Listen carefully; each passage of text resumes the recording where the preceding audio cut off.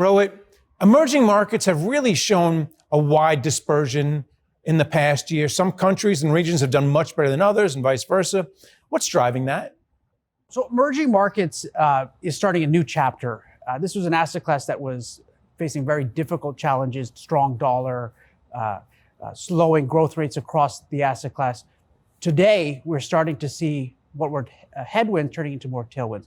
But what's really exciting about EM is that their starting point is quite exciting, right? So EM had a lost decade. Today, we see growth differentials improving. We see really exciting risk-adjusted opportunities. EM is no longer the highly correlated asset class that it was a decade ago. Today, it's much more about the idiosyncratic opportunities, whether that be China diversifying its economy towards renewables, deep tech technologies, India's middle class rising, Latin America seeing for the first time a credit cycle in a number of years. So as individual stock pickers, we think this is a really exciting time to be in the emerging markets. Well, two countries that have done extremely well are Korea and Brazil. Can you break those two down? Yeah, and I think this really highlights the dispersion that exists in EM.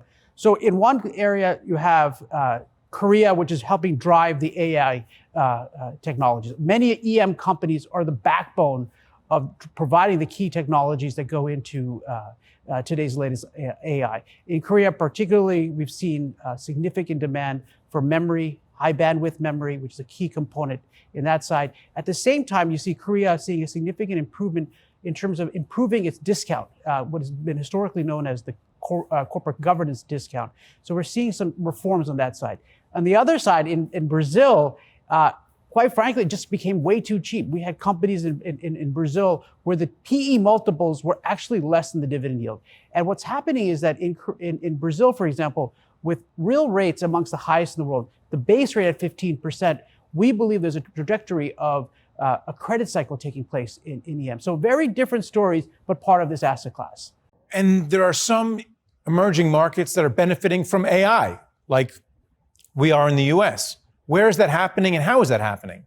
So absolutely. So I think importantly in EM, there's a couple of ways to think about this. First of all, the supply chains that exist in North Asia have been a key component of driving the AI ecosystem, whether that be memory, semiconductors, logic chips, as well as components. That supply chain didn't happen overnight. This has been going on for decades. So you're seeing the advantage and the investment that's occurred in those areas. We've also seen the application of AI taking a greater focus, particularly in China, for example.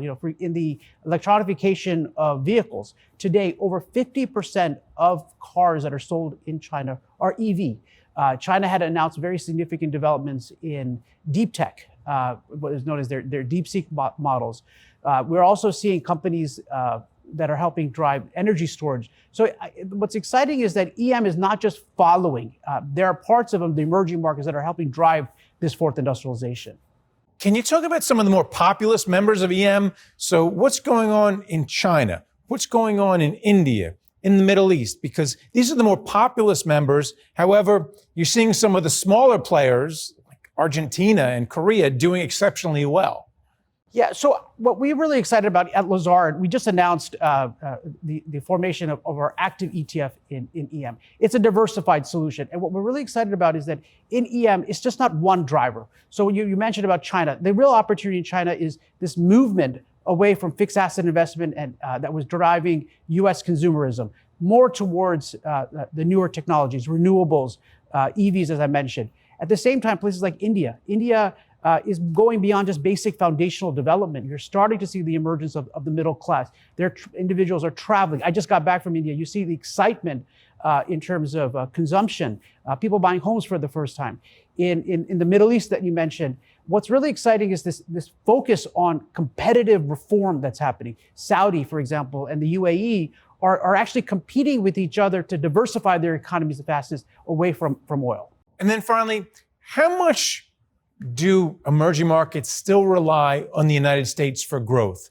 Can we slow down a little bit, as some people say, while they continue to take off, or are they just dependent on us? Well, no, we are a part of a global economy, and it's important to understand the context that the US economy plays in that and then how that impacts emerging markets. All else equal, you are seeing the development of a domestic capital base in the emerging markets. There are local equitization that's taking place. You're seeing consumption that's more and more internal. But in an event where the U.S. is starting to slow, that does impact global growth expectation. One of the exciting things that we're seeing in EM is that it's much more than just a growth differential versus the developed markets. What you're exciting to see is that it's the idiosyncratic opportunities. And for us at Lazard, what's really important is that you're not buying Brazil Inc. You're not buying China Inc. We're actually investing in these companies. And it's important to understand the contextual nature in which they lie. So understanding what is the impact of U.S.